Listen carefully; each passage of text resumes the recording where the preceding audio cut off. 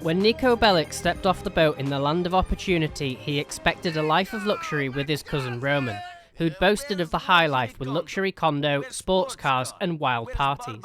What Nico didn't expect was the trophy called Endangered Species, which requires him to find and kill all 200 pigeons in Liberty City.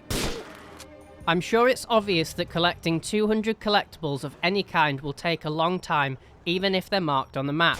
But that will be far too easy, so no map markers for Nico. What? Instead, you have to find all the pigeons just by purely exploring Liberty City, for which I found between 5 to 10 of them after completing the entire game. Since I adore GTA 4 and clearly didn't value my time, what commenced was a week-long journey following a guide to blast every last pigeon.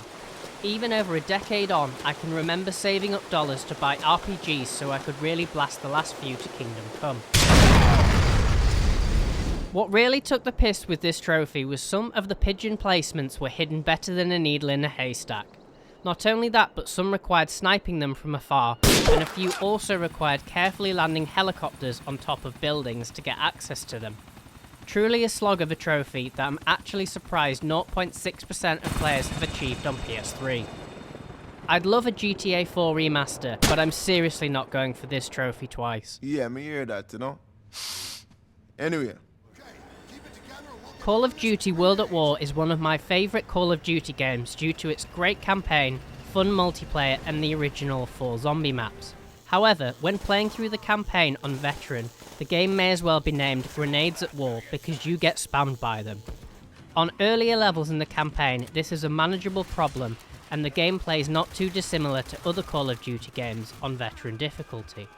But as you progress through the campaign, the grenade spam becomes an absolute pain in the butt. This pain in the butt becomes a red hot poker in the butt when you finally get to the penultimate level, called Heart of the Reich. This level is notorious for being a challenge to complete on Veteran because there are sections with infinite enemies until you move up and advance past certain points. You'd think that pushing up fast would be the answer, and it is, but you will have to time your movement to avoid the constant barrage of gunfire and grenades. In the final checkpoint of the level, you have to survive and push up to the entrance of the Reichstag against never-ending reinforcements. Here you absolutely have to push up, but this involves leaving cover and that usually results in guaranteed death on this level. For anyone who's completed this final checkpoint in Veteran and therefore the level, I salute you, soldier, because this took me hours if not days to complete.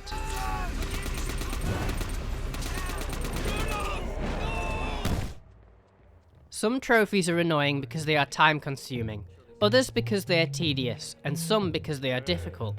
Well, the social lubricant trophy from Watch Dogs is the whole trinity of all three kinds of annoying. Nice. To unlock this trophy, Aiden must win drinking games at 3 different locations with increasing difficulty as you progress up the levels. Each location features a different kind of QuickTime event you need to complete in order to prove you can hold your drink. At one of the locations, you need to press loads of different moving QTEs on the screen within a given time frame. The worst location of the 3, though, requires you to line up the 2 analog sticks with 2 circles on the screen. The caveat being that your inputs are usually reversed and sensitivity is very high, so as you rush against the clock to line up the sticks, it's just a whole ordeal of things I hate to do in video games all at once. Odd controls, against the clock, and repetitive. Yuck. Tomb Raider holds a special place in my heart, so much so that I've unlocked the Platinum Trophy for both the PS3 and PS4 version of this game. But there was one missable trophy on my first playthrough on the PS3 that I wasn't aware of and meant that I had to replay the whole game all over again. The trophy in question is called Chatterbox. Lara is accompanied by a handful of crew members on her expedition to find the lost island of Yamatai. At set points in the game, Lara can have optional conversations with members of the Endurance crew, but once the opportunity is passed, there is no going back. There are 2 further reasons why this trophy sucks. The first reason is that Lara must exhaust all conversation lines with each character or it doesn't count towards the trophy. The other reason is that some characters appear away from the main game path and therefore can be missed very easily. Thankfully, in this trophy's favour, there are only 7 opportunities you need to complete, so it's not too bad if you know to keep an eye out after cutscenes. The absolute worst kind of trophy in my book are the ones that require luck, and in the case of the Meat Wall trophy from Rainbow Six Siege, you're going to need a 4-leaf clover. To unlock this trophy, you need to get a kill with a breach charge. Now this sounds pretty easy, doesn't it? However, unless players are complete idiots, they're not going to be stood right behind a wafer-thin wall, which is the only surface you can place breaching charges on.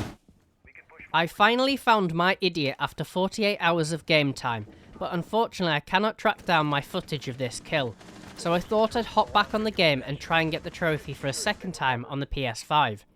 I have included footage of my closest attempt, but I seriously cannot believe how short the blast range must be, because I blew up the charge and straight afterwards a player walked past the gap in the wall. How's he not dead?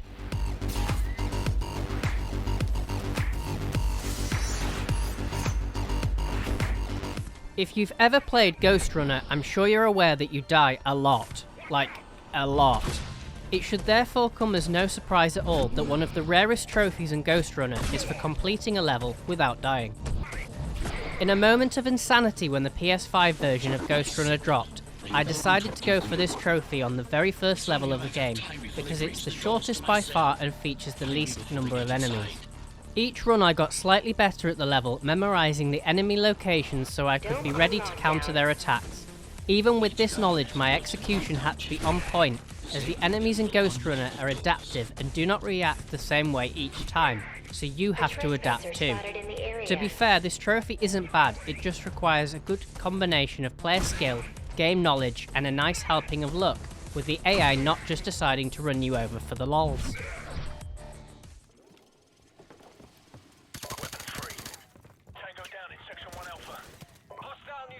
Of the nearly 17,000 trophies I've unlocked, this is by far the one I'm the most proud of, but by gosh did it take some achieving.